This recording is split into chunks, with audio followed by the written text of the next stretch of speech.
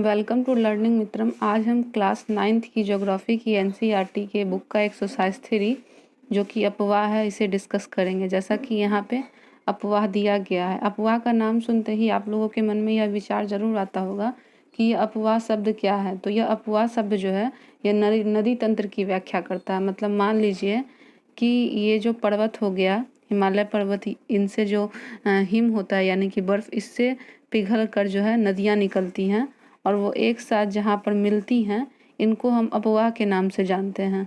तो अपवाह शब्द क्या है? एक क्षेत्र के नदी तंत्र की यह व्याख्या करता है। भारत के भौतिक मानचित्र को देखिए, आप पाएंगे कि विभिन्न दिशाओं से छोटी छोटी धाराएं आकर एक साथ मिल जाती हैं और इनकी एक मुख्य नदी का निर्माण करती हैं। अतः इनका निकास किसी बड़े जलाशय, झील या समुद्र या महासागर में होता है। एक नदी तंत्र द्वारा जिस क्षेत्र का जल प्रभावित होता है उसे एक अपवाह द्रोणी कहते हैं। मानचित्र का अवलोकन करने पर यह पता चलेगा कि कोई भी ऊंचा क्षेत्र, पर्वत या उच्च भूमि पर दो पड़ोसी अपवाह द्रोणियों को एक दूसरे से अलग करती है।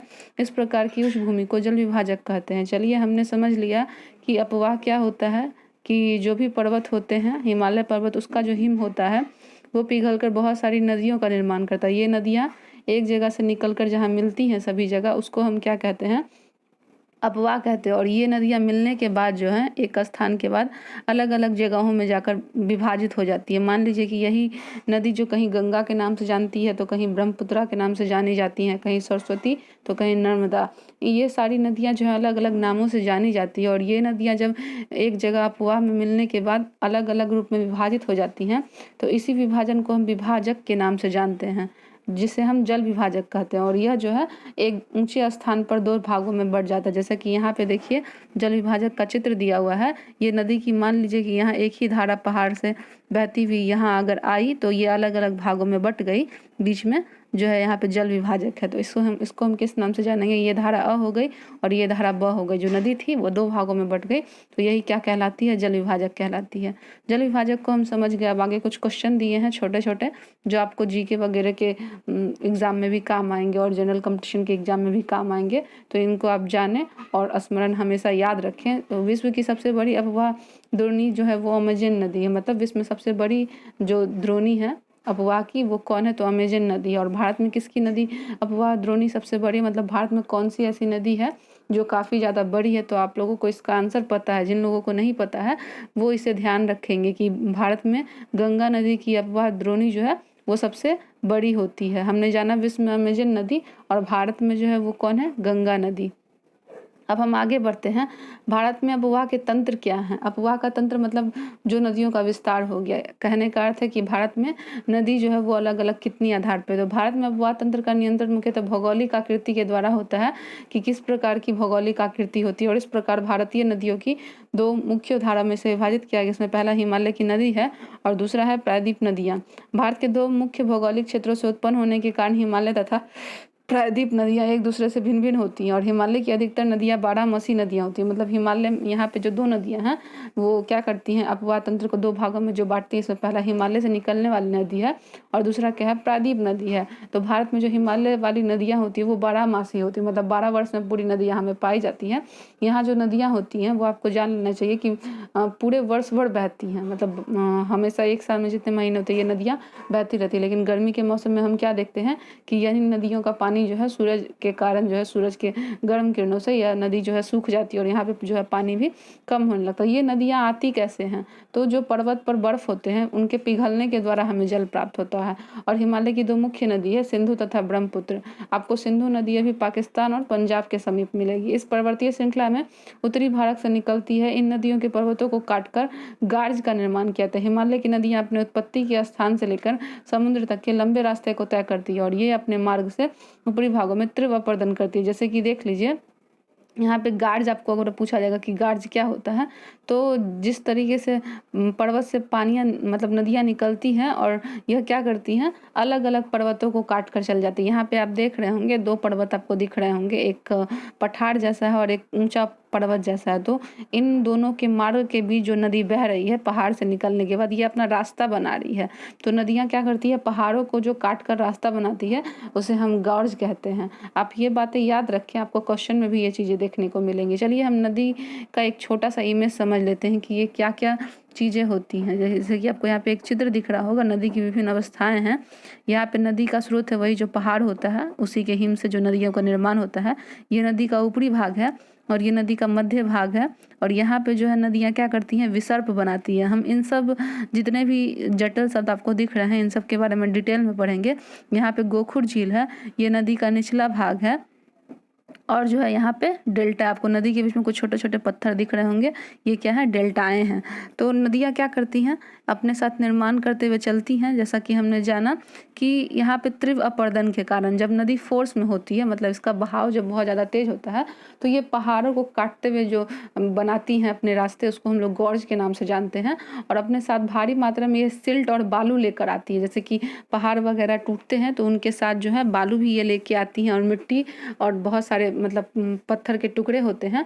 ये मध्य और निचले भागों में नदियाँ विसर्प, गोखुर झील तथा अपने बाढ़ वाले इलाके मैदानों में बहुत सी अन्य निक्षेपण आकृतियों का निर्माण करते हैं। ये पूर्ण विकसित डेल्टाओं का भी निर्माण करती है। मतलब ये अपने साथ जो सिल्ट व बालू लेकर आती है। तो मध्य और निचले भागों में ये नदियाँ क्या क्या बनाती हैं, विसर्प बनाती हैं, जैसा हमने ऊपर देखा, गोखुर झील बनाती हैं, ये उनके नाम हैं। और बाढ़ वाले मैदान में ये क्या करती हैं, तो निक्षेपण आकृतियों का निर्माण करती है। जैसा कि हम देखते हैं कि मान लीजिए कि नदी जिस जगह पे होती है, जिस जगह पे बाढ़ आता है, तो हम देखते हैं कि बाढ़ का पानी जब चला जाता है तो वहाँ पे बहुत तरीके का निशान आपको दिखता होगा जो कि नदियों के द्वारा बनाया गया होता है। तो हम इसको निक्षेपण के नाम से जानते हैं। ये विकसित डेल्टाओं का निर्माण भी करती है। अपने साथ जो नदी में बहुत सारे कंकड़ पत्थर लेके आती है, वो एक जगह जो है इकट्ठे हो जाते हैं। जैसे कि आप यहाँ पे देखें, छोटे छोटे पत्थर के टुकड़े आपको दिख रहे होंगे, ये क्या कहलाती हैं, डेल्टाएं कहलाती हैं। अधिकतर प्रायद्वीप नदियाँ मौसमी होती है क्योंकि इनका प्रभाव वर्षा पर निर्भर करता है। शुष्क मौसम में बड़ी नदियों का जल भी घटकर छोटी छोटी धाराओं में बहने लगता है। हिमालय की नदियों की तुलना में प्रायद्वीप नदियों की लंबाई कम तथा छिछली होती है, फिर भी इनमें से कुछ केंद्रीय उच्चभूमि से निकलती है तथा पश्चिम की तरफ बहती है। क्या आप इस प्रकार की दो बड़ी नदियों को पहचान सकते हैं? प्रायद्वीप भारत की अधिकतर नदियाँ पश्चिमी घाट से निकलती है। अब जो भारत मतलब पर्वत से निकलने वाली नदियां हैं वो क्या होती हैं, तो शुरू में तो वो काफ़ी ज़्यादा बड़ी होती हैं, लेकिन अलग अलग जगहों पर यह बढ़ जाने के बाद जो है अलग अलग रूपों में हमें यह जानी जाती है, अलग अलग नामों से हम इनको पहचानते हैं। जिसमें कि प्रायद्वीप भारत की जो नदियाँ होती हैं वो पश्चिमी घाट से निकलती हैं, और यह कहाँ जाकर बहती हैं, तो बंगाल की खाड़ी में। हिमालय की कौन कौन नदियां हैं जो हिमालय से निकलती हैं, तो उनका नाम है सिंधु, गंगा, ब्रह्मपुत्र। ये हिमालय से निकलने वाली प्रमुख नदियां हैं। ये नदियां लंबी हैं और तथा अनेक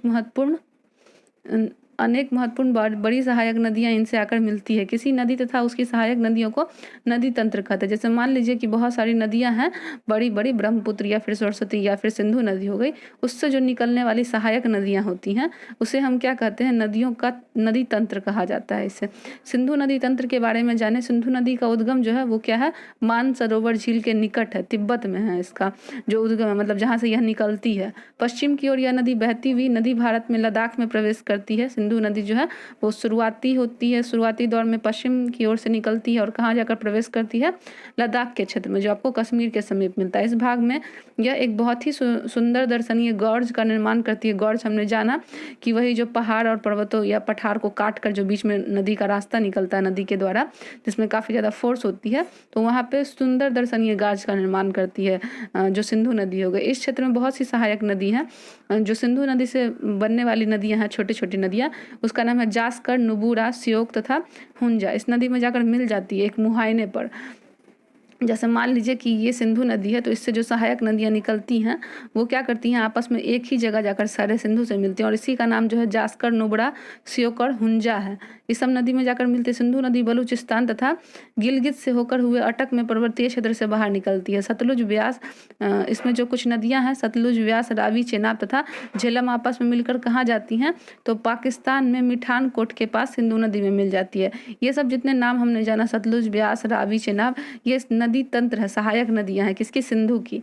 ये हमें पाकिस्तान के मिठान कोट में मिलती हैं। इसके बाद यह नदी सिंधु में मिल जाती है। इसके बाद यह नदी दक्षिण की तरफ बहती है। अंत में यह कराची कराची यानी कि पाकिस्तान में ही स्थित है, जो कि पूर्व की ओर अरब सागर में जाकर मिल जाती है। सिंधु नदी के मैदान का ढाल बहुत धीमा है। सिंधु द्रोणी का 1/3 से कुछ अधिक भाग भारत के जम्मू कश्मीर, लद्दाख, हिमाचल तथा पंजाब तथा शेष भाग पाकिस्तान में स्थित है। 2900 किलोमीटर लंबी सिंधु नदी विश्व की लंबी नदियों में से एक है। आपसे सिंधु नदी की लंबाई पूछा जा सकता है कि इसकी लंबाई कितनी है, 2900 किलोमीटर। हमने जाना कि यह कहाँ स्थित है, तो यह हमें पाकिस्तान में मिलती है और पाकिस्तान से भी बहुत सारी इसकी सहायक नदियाँ जो है वो अलग अलग नदियों में जाकर बस जाती है, जिसमें जायकर, नुब्रा, श्योक, हमने इसका नाम जाना, हुंजा और सतलुज, ब्यास, रावी, चेनाब और झेलम, इनके बारे में जाना। ये सारे जो है पाकिस्तान में जाकर नदी मिलती है और वह दक्षिण की तरफ जो नदी बहती है वो कराची से पूर्व की ओर अरब सागर में जाकर मिल जाती है। तो हमने सिंधु नदी के बारे में जाना कि यह काफ़ी ज़्यादा लंबी होती है और यह कहाँ कहाँ आपको मिल सकती है। तो पाकिस्तान में तो हमने जाना ही, भारत में जम्मू कश्मीर और लद्दाख और हिमाचल तथा पंजाब में आपको यह देखने को मिल सकती है, जिसका मतलब पंजाब का कुछ क्षेत्र जो है वो पाकिस्तान में, इसलिए सिंधु नदी जो है हमें वहाँ देखने को मिलती है। इसकी लंबाई क्या होती है, 2900 किलोमीटर। आप इसे याद रखें, आपको ये भी जीके के एग्जाम में काम आएंगे। सिंधु जल समझौता संधि के अनुच्छेदन 1960 के अनुसार भारत इस नदी प्रक्रम के संपूर्ण जल का केवल 20% जल उपयोग कर सकता है। इस जल का उपयोग हम पंजाब, हरियाणा एवं राजस्थान के दक्षिण पश्चिम भागों में सिंचाई के लिए करते हैं। चलिए हम समझ लेते हैं। 1960 के बाद जो है संधि नदी पे जो कानून वगैरह बनाया गया है कि जितना भाग उसका पाकिस्तान में है और कुछ भाग जो है वो हमें भारत में देखने को मिलता है, तो पूरी नदी का मात्र 20% भाग जो है वो भारत प्रयोग कर सकता है, जिसमें कि ये कौन कौन से शहर हैं, तो पंजाब, हरियाणा और राजस्थान में हम सिंचाई के लिए सिंधु नदी की पानी का प्रयोग करते हैं। हमारी प्राचीन भारतीय इतिहास में जो है सिंधु नदी के बारे में बहुत सारी चर्चाएँ दी गई हैं। यह प्रथम मतलब ऐसा क्षेत्र था जहाँ पे सिंधु नदी के तट पर ही हड़प्पा सभ्यता को बसाया गया था, पहली नगरीकरण सभ्यता। आप ये बातें भी याद रखें।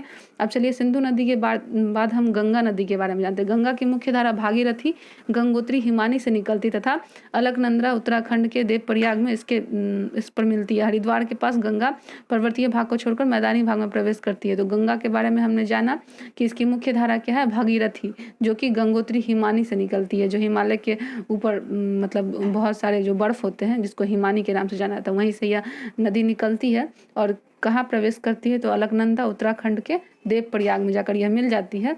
और हरिद्वार के पास जो है गंगा पर्वतीय भाग को छोड़कर मैदानी भाग में यह चली जाती है, मतलब पर्वत से होकर निकलती है और बाद में यह कहाँ चली जाती है, हरिद्वार के मैदानी भाग में। हिमालय से निकलने वाली बहुत सी नदियाँ आकर गंगा में मिलती हैं, क्योंकि गंगा भारत की सबसे बड़ी नदी है और पवित्र नदी है। इनमें से कुछ प्रमुख नदी है जो इससे निकलने वाली नदियाँ हैं। इसकी सहायक नदी हो गई, उसका नाम आप समझ लीजिए कि इसके नाम क्या क्या हैं। तो इसके नाम है यमुना, घाघरा, गंडक, कोसी, ये सारी नदियाँ हैं। यमुना नदी हिमालय के यमुनोत्री हिमालय से निकलती है, मतलब जो यमुना नदी है वो कहाँ से निकलती है, तो हिमालय के यमुनोत्री हिमानी से। यह गंगा के दाहिने किनारे के समानांतर बहती है तथा इलाहाबाद में गंगा में जाकर मिल जाती है। घाघरा, गंडक तथा कोसी नेपाल, हिमालय, ये मैप है, हम लोग अभी समझेंगे, पहले इसको जान लेते हैं। यह चली जाती है नेपाल की ओर और मुख्य धारा दक्षिण की ओर बहती हुई बांग्लादेश में प्रवेश करती है। ये ब्रह्मपुत्र नदी इससे आकर मिल जाती है। अंतिम चरण में गंगा और ब्रह्मपुत्र समुद्र में विलीन होने से पहले मेघना के नाम से जानी जाती है। गंगा एवं ब्रह्मपुत्र के जल वाली विरहित नदी बंगाल की खाड़ी में मिल जाती है। इन नदियों के द्वारा बनाए गए डेल्टा को सुंदरबन डेल्टा के नाम से जानते हैं। चलिए पहले हम इन्हें समझ लेते हैं कि यहाँ क्या कहा जा रहा था। गंगा नदी के बारे में हमने जाना कि जो गंगा नदी की मुख्य धारा होती है वो भागीरथी, गंगोत्री से निकलती है और यह कहाँ जाकर मिलती है, तो अलकनंदा उत्तराखंड के देवप्रयाग में। उसके बाद जो है हरिद्वार में यह प्रवेश करने के बाद पर्वतीय भाग को छोड़ देती है, जहाँ से पर्वत नदी से इस नदी का जन्म होता है। पर्वत के हिमालय जो बर्फ होते हैं, हिमालय वाले मतलब ऊपर वाली हिमानी बर्फ, उससे यह नदी मतलब मिल जाती है और बहने के बाद जो है यह कहाँ प्रवेश करती है, तो जहाँ पे जमीनी इलाका होता है, मैदानी भाग होता है, हरिद्वार के निकट। और यहाँ पे बहुत सारी नदियाँ जो है इससे आकर मिलने लगती हैं। उन नदियों के नाम यमुना, घाघरा, गंडक तथा कोसी हैं। और गंगा के दाहिने किनारे जो है वो समानांतर नदी कहाँ तक पहुँचती है, तो इलाहाबाद में गंगा में मिलती है। और घाघरा, गंडक, कोसी, नेपाली, हिमालय की ओर जाकर यह मिल जाती हैं। और इसकी मुख्य धारा जो है वो दक्षिण की ओर बहती है और बांग्लादेश में जब यह प्रवेश करती है तो ब्रह्मपुत्र के नाम से जानी जाती है। और यही ब्रह्मपुत्र और गंगा जब एक साथ मिल जाती हैं तो मिलने से पहले ये क्या होती हैं, एक डेल्टा बनाती हैं। मतलब उस समय जब इन दोनों नदी का मिला होता है ब्रह्मपुत्र और गंगा का, तो इसको हम उस समय मेघना के नाम से जानते हैं। आपको ये चीज़ें पूछ सकती हैं कि मेघना जो है वो कब जानी जाती है नाम से, तो अंतिम चरण में जब गंगा और ब्रह्मपुत्र समुद्र में मिलती हैं तो वही मिलान क्या कहलाता है, इसका मेघना कहलाता है। और वहाँ पे जो डेल्टा होता है, जब ये बंगाल की खाड़ी में मिलने जाती हैं तो उस समय डेल्टा बनाती है, जिसको हम सुंदरवन डेल्टा के नाम से जानते हैं। अब चलिए, सुंदरवन डेल्टा का नाम वहाँ पाए जाने वाले सुंदरी पादप से लिया गया। सुंदरवन डेल्टा विश्व की सबसे बड़ी एवं तेज से वृद्धि करने वाली डेल्टा है। यहाँ पे रॉयल बंगाल टाइगर भी पाए जाते हैं। आप रॉयल बंगाल टाइगर के बारे में जानते होंगे, ये कहाँ पाए जाते हैं, तो सुंदरवन डेल्टा के समीप पाए जाते हैं। अब चलिए हम आगे समझते हैं। यहाँ पे देख लीजिए आप चित्र, एक देवप्रयाग में भागीरथी एवं अलकनंदा का यहाँ पे आपको संगम दिख रहा होगा, मतलब दो नदियां हैं के मुहाने, एक इधर से आने वाली नदी, एक इधर से आने वाली, दोनों नदी का क्या कर रहा है, मिलान हो रहा है। तो ये देवप्रयाग में भागीरथी यानी कि गंगा और अलकनंदा का क्या है, संगम हमको देखने को मिल रहा है। ऊपर चलिए हम थोड़ा मैप देख लेते हैं जिसमें नदियों के नाम दिए गए। यहाँ पे देखिए भारत और मुख्य उनकी नदियाँ हैं, जिसमें कि सारी नदियों के बारे में चर्चा दिया गया है। आप इसे खुद भी एक बार पढ़ें, वैसे हम देख कर इसे समझते हैं। यहाँ पे सिंधु नदी आपको दिख रहा होगा, यहाँ पे भी सिंधु नदी है, ये झेलम है, चेनाब नदी है, रावी है, सतलुज है, ब्यास नदी है, गोविंद सागर। आप देखें कि कौन कौन सा इलाका जो है पाकिस्तान की तरफ जो नदियां हैं। उसके बाद है सांभर नमक झील है, चंबल नदी है, बेतवा नदी है, राणा प्रताप सागर है, गांधी सागर है, शारदा नदी है, घाघरा नदी है, गोविंद वल्लभ पंत सागर है, सोन नदी है, गंगा नदी है, गंडक नदी, कोसी नदी। और ये देखिए नेपाल की तरफ का क्षेत्र है। और भूटान में जो है दिहांग है, आपको लोहित है, और ब्रह्मपुत्र नदी है। और यहाँ से लेकर नेपाल से लेकर भूटान तक जो है सांगपो भी नदी का क्षेत्र है। अब चलिए नीचे की ओर बढ़ते हैं, जिसमें यहाँ पे आपको नर्मदा नदी दिख रही है, तापी नदी, पेन गंगा नदी, गोदावरी, निजाम सागर, कृष्णा नदी, नागार्जुन सागर, कोलेरू झील, त्रिंगभद्रा नदी। उसके बाद है लिंगामस्की झील, कृष्णराज सागर झील, पुलिकट झील, चिल्का झील, बंगाल की खाड़ी में यहाँ जाकर सब गिर जाती है। यहाँ पे आपको कर्क रेखा भी दिख रहा होगा। अब चलिए नीचे की ओर चलते हैं, जहाँ पे कृष्ण सागर झील है, कावेरी नदी है, पुलकिट झील है, वेवनाथ झील है। यहाँ पे श्रीलंका का चित्र दिया हुआ है। तो हमने बहुत सारी नदियों के बारे में जाना। आप भी एक दो बार मैप को बहुत अच्छे से समझे कि कौन सी नदियाँ जो है वो कहाँ पर है। ये यहाँ की मुख्य नदी और झील थी पूरे भारत की। अब चलिए हम आगे बढ़ते हैं और समझते हैं। जैसा कि नमामि गंगे एक परियोजना है, एक एकीकृत संरक्षण मिशन है। इसमें राष्ट्रीय नदी गंगा से संबंधित दो उद्देश्य हैं। एक तो नमामि गंगे परियोजना का उद्देश्य यह है कि गंगा नदी हमारी सबसे पवित्र नदी है, और जो भी मतलब कोई भी पुण्य कार्य होते हैं या कोई भी पूजा पाठ या कुछ भी ऐसा शुभ प्रयोजन होता है तो लोग गंगा नदी में स्नान करते हैं। और पूजा की शुरुआत भी बहुत सारे मतलब प्रयोजनों में गंगा नदी से ही पूजन किया जाता है, क्योंकि इसका जल जो है वो प्राचीन समय से लेकर अब तक और आगे भी जो है यह पवित्र ही मानी जाएगी। इसलिए नमामि गंगे परियोजना बनाई गई है कि जो नदी पवित्र है हम उसे प्रदूषित क्यों करते हैं। तो इसके लिए बहुत कठोर नियम बनाएगा। अगर कोई भी व्यक्ति इसे प्रदूषित करने का प्रयास करता है तो उसे दंड भी भोगना पड़ेगा। और हम अपने जो नदी है गंगा, उसकी पवित्रता को समझें और इसे प्रदूषित नहीं करें। तो यही यहाँ पे प्रश्न है कि इसमें राष्ट्रीय नदी गंगा से संबंधित दो उद्देश्य, प्रदूषण के प्रभाव को कम करना और उसके संरक्षण और कायाकल्प को पूरा करना। आप इस परियोजना के बारे में और जानकारी निम्न वेबसाइट पर प्राप्त कर सकते हैं। आप भी खोजें और इसके बारे में अधिक से अधिक जानने का प्रयास करें। तो यहाँ से जो नदियाँ निकलती हैं, यहाँ चलिए हम देख लेते हैं। हमने इसके बारे में जाना। गंगा की जो लंबाई है वो 2500 किलोमीटर से अधिक है। चित्र 3.4 में हमने देखा है, ऊपर में भी आप देख सकते हैं कि आप गंगा नदी के अपवाह तंत्र को पहचान सकते हैं। अम्बाला नगर सिंधु तथा गंगा नदी तंत्रों के बीच जो है यहाँ पे विभाजक रेखा है। और अम्बाला से सुंदरवन तक की लंबाई यहाँ पे 1800 किलोमीटर है, परंतु इसके ढाल में गिरावट मुश्किल से 300 मीटर है। दूसरे शब्दों में यह प्रति 6 किलोमीटर की दूरी पर ढाल में गिरावट केवल 1 मीटर है। इसलिए इन नदियों में अनेक बड़े बड़े विसर्प बन जाते हैं। मतलब यहाँ पे जो है गंगा नदी के बारे में हमने जाना कि यह बहुत बड़े क्षेत्र में फैली हुई है। आपसे भी ये क्वेश्चन पूछे जा सकते हैं कि गंगा की लंबाई कितनी है, तो आप भी बता सकते हैं कि इसकी लंबाई जो है वो 2500 किलोमीटर से अधिक है। जैसा कि हमने ऊपर चित्र में भी हम देख सकते हैं कि गंगा नदी जो है वो काफ़ी लंबे इलाके में जो है वो फैली हुई है। अब चलिए इसके आगे हम समझते हैं।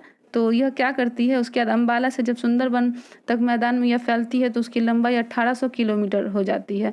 और जब यह गिरावट इसकी होती है, नीचे की ओर जाती है, तो 300 मीटर होती है। और 6 किलोमीटर की दूरी में ढाल में गिरावट में केवल 1 ही मीटर। इसलिए इन नदियों में बड़े बड़े विसर्प बने होते हैं। ब्रह्मपुत्र नदी तंत्र जो होती हैं वो ब्रह्मपुत्र नदी तिब्बत की मानसरोवर झील के पूर्व तथा सिंधु के सतलुज के स्रोतों में काफ़ी नज़दीक से निकलती हैं।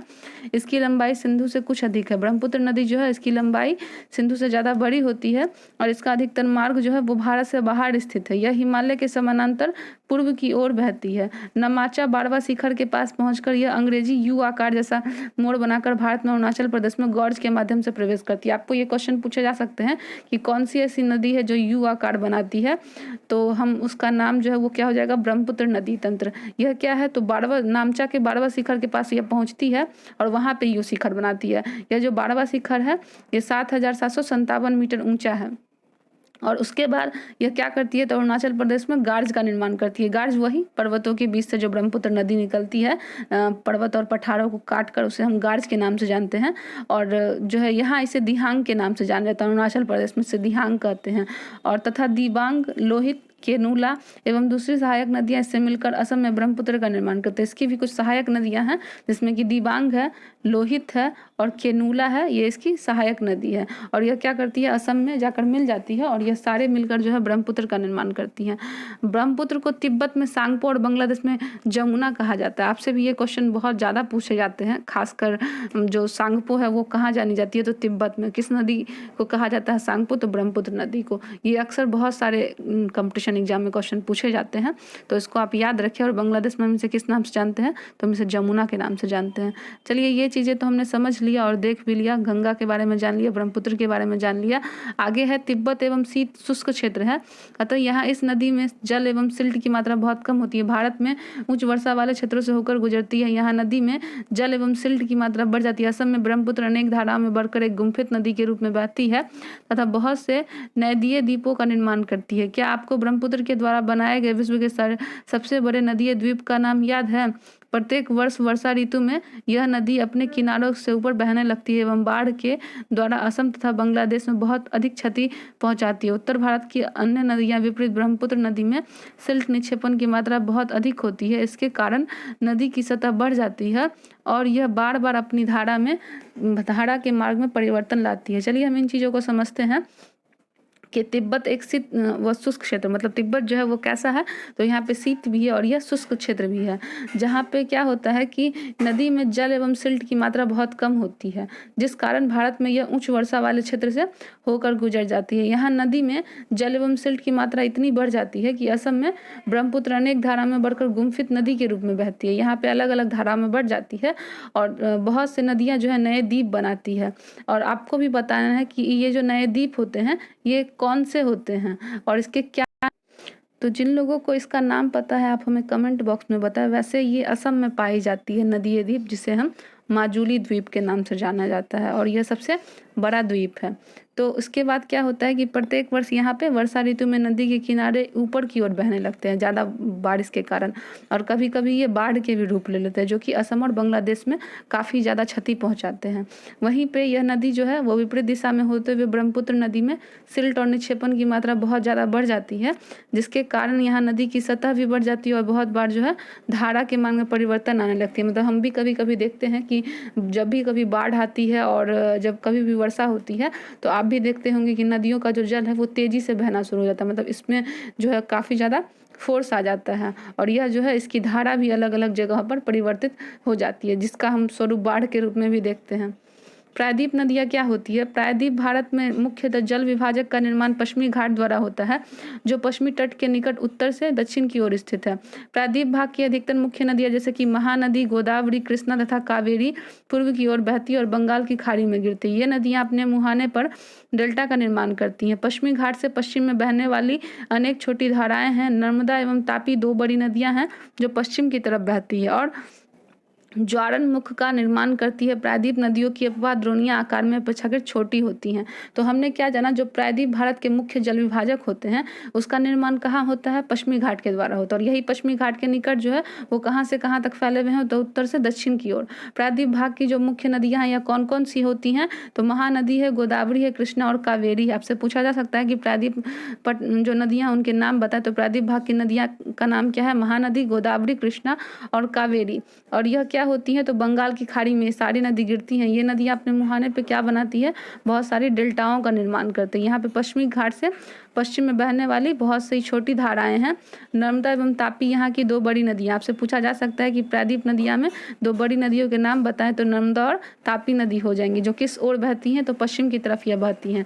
यहाँ पे भी ज्वारनमुख का यह निर्माण करती है। प्रायद्वीप नदियों की अपवाह द्रोणियाँ आकार में यह क्या होती हैं, छोटी होती है। नर्मदा द्रोणी के बारे में जानेंगे। नर्मदा का उद्गम मध्य प्रदेश में अमरकंटक पहाड़ी के निकट है। मतलब नर्मदा नदी जो है यह कहाँ से निकलती है, तो अमरकंटक पहाड़ी से।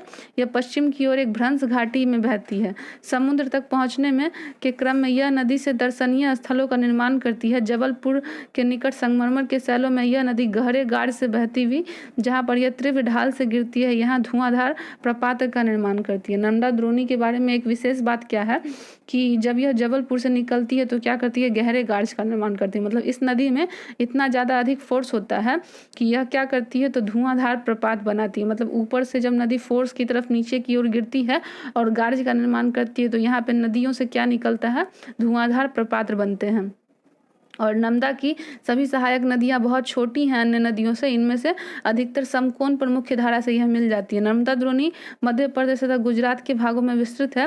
नर्मदा नदी के संरक्षण के लिए मध्य प्रदेश सरकार द्वारा नमामि देवी नर्मदे, जैसे नमामि गंगे है उसी तरीके से नर्मदा नदी के संरक्षण में मध्य प्रदेश की सरकार ने नमामि देवी नर्मदे को बनाया है। यह नाम एक योजना का प्रारंभ है और इस पर आप वेबसाइट के बारे में भी जान सकते हैं। अगर आपको जानने में रुचि है तो आप इसके बारे में और जानकारी इकट्ठा करें। यहाँ भी गंगा से संबंधित ही चीज़ें नर्मदा के लिए भी उपयोगी होंगी कि हम नदियों का संरक्षण किस प्रकार कर सकते हैं और इसे हम प्रदूषित नहीं करेंगे, मतलब जो है इसे हम कैसे बचाएंगे।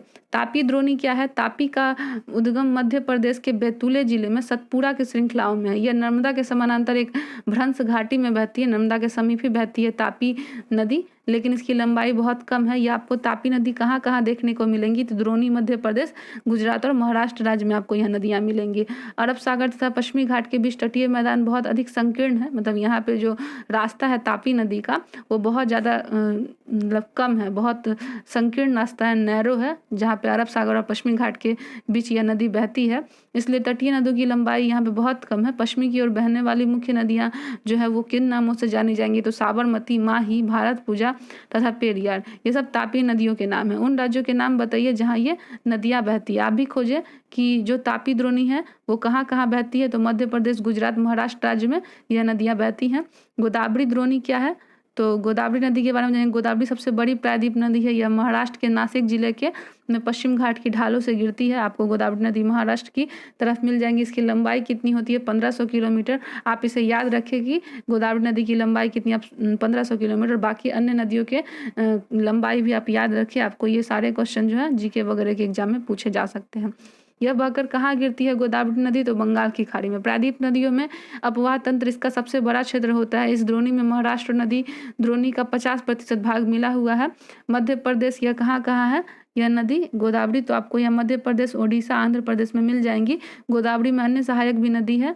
जिन गोदावरी की सहायक नदियों के नाम हैं पूर्णा, वर्धा, प्रहानिता, मांजरा, वेनगंगा और पेनगंगा। इनमें से अंतिम तीनों सहायक नदियाँ बहुत बड़ी हैं। बड़े और विस्तार के कारण इसे हम दक्षिण गंगा के नाम से जानते हैं। आपसे ये क्वेश्चन भी पूछे जा सकते हैं कि दक्षिण गंगा के नाम से कौन सी नदी जानी जाती है, तो गोदावरी नदी। और गोदावरी नदी की सहायक नदी कौन कौन है, पूर्णा, वर्धा, प्राहिनता, मांजरा, वेनगंगा और पेनगंगा। इसकी लंबाई कितनी है, 1500 किलोमीटर। यह कहाँ कहाँ है, किस किस राज्य में है, तो महाराष्ट्र में है, मध्य प्रदेश में है, उसके बाद जो है उड़ीसा में है और आंध्र प्रदेश में ये नदियाँ पाई जाती हैं। महानदी द्रोणी जो है इसका उद्गम छत्तीसगढ़ की उच्च भूमि से है तथा यह उड़ीसा से बहते हुए बंगाल की खाड़ी में मिल जाती है। और इस नदी की लंबाई कितनी है, 860। इसकी अपवाह यह क्षेत्र महानदी का कौन सा राज्य है, तो जहाँ यह बहती है महाराष्ट्र में, छत्तीसगढ़ में, झारखंड में और उड़ीसा में ये नदी बहती है। हमने महानदी के बारे में जाना। आप बताएं कि महानदी के ऊपर जो है कौन सी पुल बनी हुई है। ये भी क्वेश्चन आपको पूछे जा सकते हैं बहुत जगह। आप हमें कमेंट बॉक्स में बताएं कि महानदी के ऊपर जो है वो किस पुल का निर्माण किया गया है। हमने महानदी के बारे में जान लिया कि यह क्या है, तो उद्गम छत्तीसगढ़ की उच्च भूमि है, जहाँ पे उड़ीसा से बहते हुए यह कहाँ मिल जाती है, बंगाल की खाड़ी में। महानदी की लंबाई कितनी है, 860।